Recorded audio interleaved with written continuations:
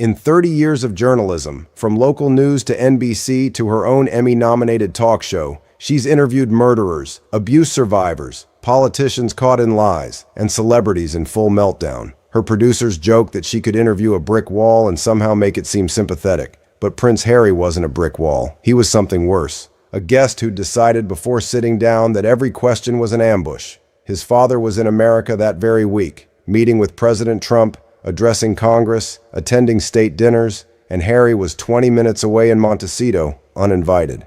Tamron asked about that. She asked gently, with genuine curiosity about how it felt. What happened over the next 18 minutes would test every ounce of patience Tamron Hall had developed over 3 decades. And when she finally asked the simplest possible question, "How's Meghan doing?"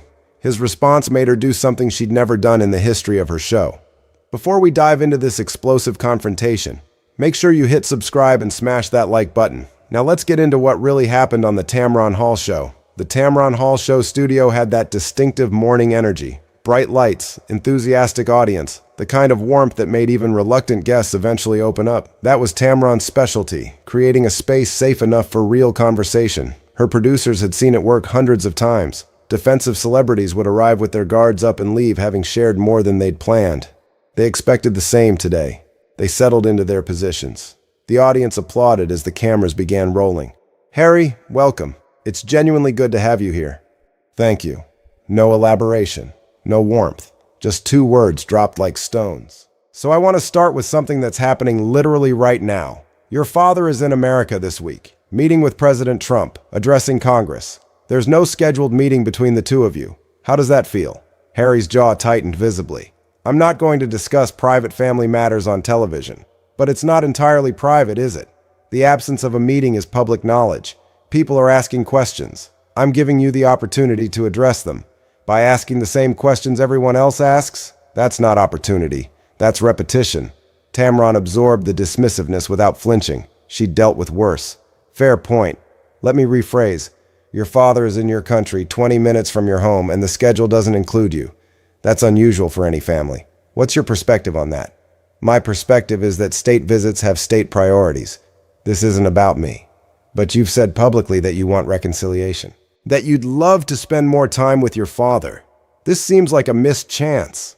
"Missed chances are a matter of interpretation." "Whose interpretation? Yours? His? The palace's?" Harry's eyes sharpened. "You're fishing for a headline. I'm asking a question. That's literally what this is. A conversation where I ask questions and you answer them. If the answers are headline-worthy, that's not my doing." The audience shifted uncomfortably. Tamron felt the energy in the room changing, the realization that this wasn't going to be the warm, sympathetic interview they'd expected. "Let's talk about Ukraine," she said, pivoting. "You were just there. You gave a speech at the Kiev Security Conference. You called for American leadership. President Trump responded by saying you don't speak for the UK and asking how's his wife.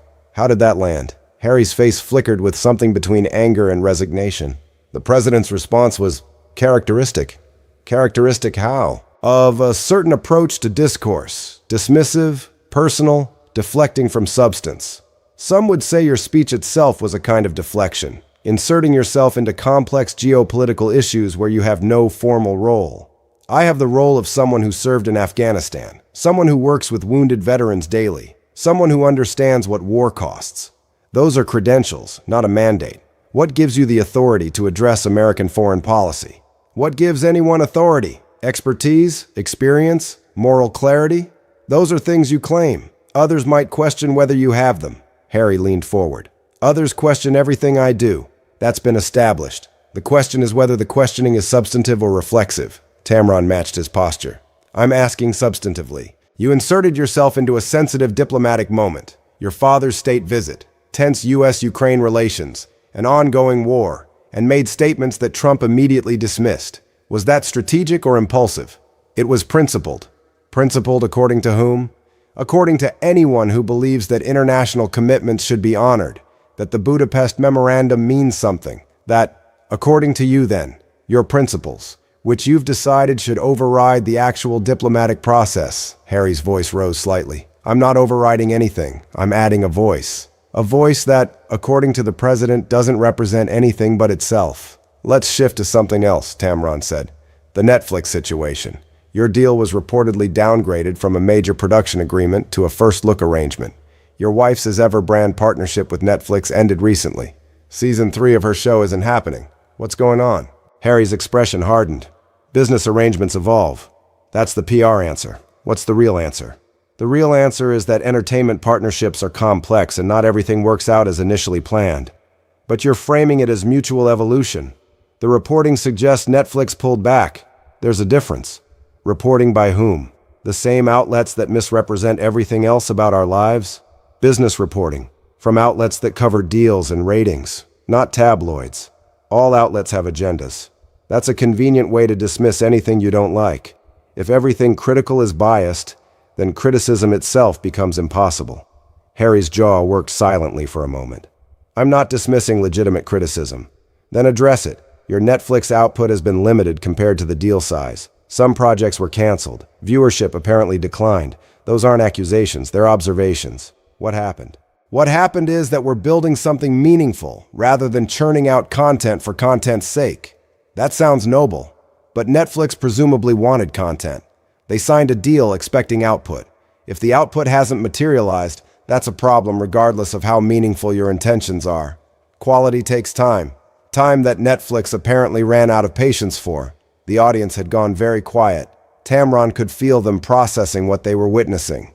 Not the sympathetic prince they'd expected, but someone who treated every question like an attack.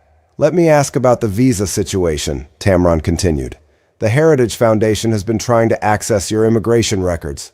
They argue that your admitted drug use should have been disclosed and could affect your eligibility. The case has dragged on for years now. What's your response to people who say you received special treatment?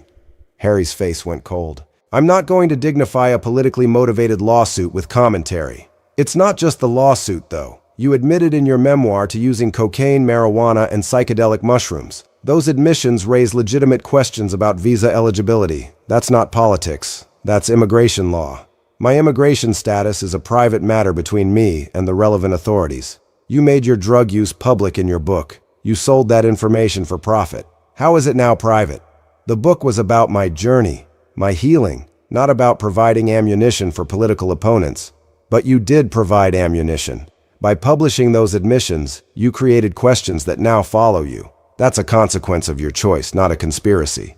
Harry stood up slightly, then sat back down. This is exactly what happens. I try to be honest about my struggles, and that honesty gets weaponized.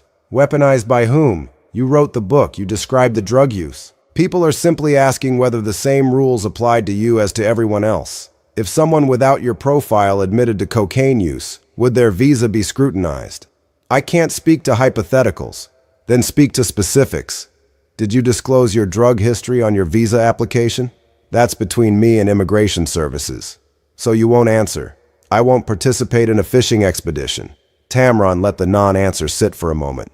You know what's interesting? You've demanded transparency from your family. You've criticized the palace for hiding things, for not being honest with the public. But when the same standard is applied to you, suddenly transparency becomes a fishing expedition. Let's talk about staff, Tamron said. Your chief communications officer left after less than a year. Your executive director at Archewell left. 3 other communications staffers resigned earlier. That's a lot of turnover. People pursue different opportunities. That's normal. Not at this rate. Losing 5 senior communications people in under a year suggests something beyond normal career movement. Suggests to whom? To anyone who's ever managed an organization. High turnover usually indicates management problems, unrealistic expectations, or a difficult work environment. Or it indicates that high-profile positions attract ambitious people who use them as stepping stones. That's one interpretation. Another is that working for you is harder than people anticipated. Harry's voice dropped dangerously. You're repeating tabloid narratives. I'm repeating business analysis. HR professionals have commented on these departures. They're unusual. Instead of explaining why, you're dismissing the observation as tabloid gossip, because it originates from tabloid gossip. No, it originates from public announcements of departures. The pattern is observable fact. The interpretation might vary, but the departures themselves happened. Why did they leave? For various personal and professional reasons, which you won't specify, which aren't mine to share publicly. How convenient. Every question that might require an uncomfortable answer becomes a privacy concern. But your book invaded your family's privacy extensively. The boundaries seem to shift depending on who benefits. Harry's hands had balled into fists on his lap. The audience could see his struggle to maintain composure. "How's Meghan?" The question came softly, Tamron's tone shifting to something gentler, but Harry's response was anything but soft. "I'm not discussing my wife. At all? At all. That's going to be difficult given that everything you've built is jointly branded. Harry and Meghan is the identity. The foundation is joint. The Netflix deal was joint. She's half of the public persona. She's my wife, not a topic. She's also a public figure who's made extensive public statements. I'm not asking about your private life. I'm asking how she's handling things. A question any friend might ask. You're not a friend. You're a journalist. Those aren't mutually exclusive. I can ask a human question without ulterior motive. In my experience, there's always an ulterior motive. That's a sad way to view every interaction. Some people genuinely care about the answer. Harry's eyes met hers directly. Do you? Or do you care about the clip this creates? I care about understanding you. I've given you every opportunity to share your perspective, your work, your vision. You've treated each opportunity as an attack. At some point, the problem isn't the questions. The problem is always the questions when they're designed to provoke. They're not designed to provoke. They're designed to understand. I asked about your father. You deflected. I asked about Ukraine. You lectured. I asked about Netflix. You blamed bias. I asked about your visa. You cited privacy. I asked about staff. You said it was tabloid gossip. I asked about Meghan. You refused entirely. At what point in this conversation have you actually engaged rather than evaded? The question hung in the air. Harry seemed genuinely caught off guard by its directness. I've engaged with everything. You've deflected from everything. There's a difference. Engagement means actually addressing the substance. You've addressed nothing. You've just explained why each question is unfair to ask. Because they are unfair. Are they? I asked how it feels that your father didn't schedule time with you. That's not unfair. That's human. I asked about your Ukraine speech and the president's response. That's not unfair. That's current events. I asked about Netflix. That's not unfair. That's your career. Every question has been reasonable. Every answer has been defensive. Harry's voice rose. Because I've learned that nothing I say is treated fairly. By whom? I'm sitting right here. I've given you uninterrupted time. I've asked follow-up questions based on your answers. I've tried to understand rather than ambush. If this feels unfair to you, maybe examine your definition of fairness. My definition is shaped by years of experience. Experience that you apply universally. Every journalist is the same. Every question is a trap. Every interview is an ambush. That's not wisdom. That's paranoia dressed up as pattern recognition. It's not paranoia when it's real. But is it real with me? Right now? In this specific conversation? I've been respectful. I've been curious. I've tried to connect. You've met every attempt with suspicion. The problem might not be the world, Harry. It might be how you're choosing to see it. Harry stood up abruptly. I think we're done. Tamron didn't move. Are we? Because you came here presumably to share something. Your work, your perspective, your humanity. None of that has come through. What's come through is defensiveness and condescension. Condescension? Yes. When I asked about Ukraine, you lectured me about the Budapest Memorandum as if I hadn't done my research. When I asked about Netflix, you implied I was reading biased sources. When I asked about your visa, you suggested I was doing the Heritage Foundation's work. Each response positioned you as the authority and me as the uninformed questioner. That's condescension. I wasn't trying to be condescending. Then listen to how you're coming across. I've interviewed hundreds of people. Most of them, even when they're guarded, can engage with genuine curiosity. You've treated my curiosity like an enemy to be defeated. That's not how conversations work. Harry grabbed his jacket from the chair. I'm leaving. You're walking out of an interview because you didn't like the questions. That's not a strong exit. That's confirmation of everything critics say about your inability to handle scrutiny. I can handle scrutiny. Then sit back down and handle it. I'll give you another 20 minutes. Make your case. Tell me why I'm wrong about everything I've observed. Change my mind. Harry paused at the edge of the stage. Your mind was made up before I walked in. It wasn't. I came in genuinely curious about you. What I've learned is that your curiosity is one-directional. You want people to understand you without doing any work to help them understand. That's not dialogue. That's performance. Harry didn't respond. He walked off stage, his footsteps echoing through a silent studio. Tamron sat for a moment, then turned to face the camera. I want to address what just happened, because in 6 seasons of this show, I've never experienced anything quite like it. She adjusted her position, her voice steady but carrying genuine emotion. We invited Prince Harry here to have a conversation about his life, his work, the challenges he's facing. I asked about his father being in America without scheduling time with him, not to wound him, but because it's relevant and people want to know how that feels. I asked about his Ukraine speech because it happened last week and generated controversy. I asked about Netflix because his partnerships have been in the news. Every question was tied to something public and current. She shook her head slowly. What I got back was hostility, dismissiveness, the assumption that every question was a trap. I've interviewed people in far worse circumstances, people who've lost children, who've survived abuse, who've been through things I can't imagine, and they managed to engage with me as a human being. What I witnessed today was someone so convinced of his own persecution that genuine conversation became impossible. Tamron looked directly into the camera. I wish him well, I genuinely do. But the advice I'd offer, not as a journalist, just as a person, is this. Not everyone asking questions is your enemy. Some of us actually want to understand. The walls you've built might feel protective, but they're also keeping out anyone who might actually help you tell your story. She paused. We'll be right back. The interview lasted 23 minutes before Harry walked out. Harry's team released a statement calling the interview adversarial from the start, with questions clearly designed to provoke rather than illuminate. Tamron addressed it the next day. Adversarial? I asked about his father, his work, his staff, and his wife. Those are the softest questions I could have asked. I didn't bring up the book's most controversial claims. I didn't play clips of him contradicting himself. I asked basic stuff and gave him every chance to explain his perspective. He couldn't do it. That's not my adversarial nature. That's his inability to engage with anything that isn't pure validation. The audience applauded.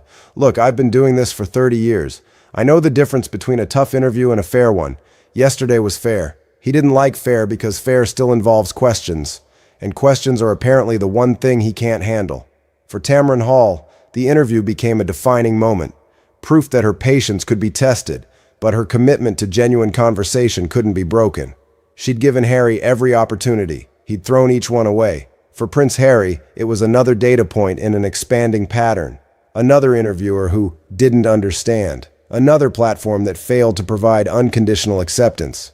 But for viewers who watched the unedited footage, the pattern told a different story, not of a persecuted prince, but of someone who'd turned every potential ally into a perceived enemy. Some interviews reveal connection. Others reveal walls, and some walls are so high that even the most patient interviewer can't see over them, let alone find a way through. Tamron had tried, Harry hadn't let her, and in the end, that said more than any answer he could have given. What do you think? Was Tamron too direct, or did Harry need to hear it? Who would you want to see on her show next?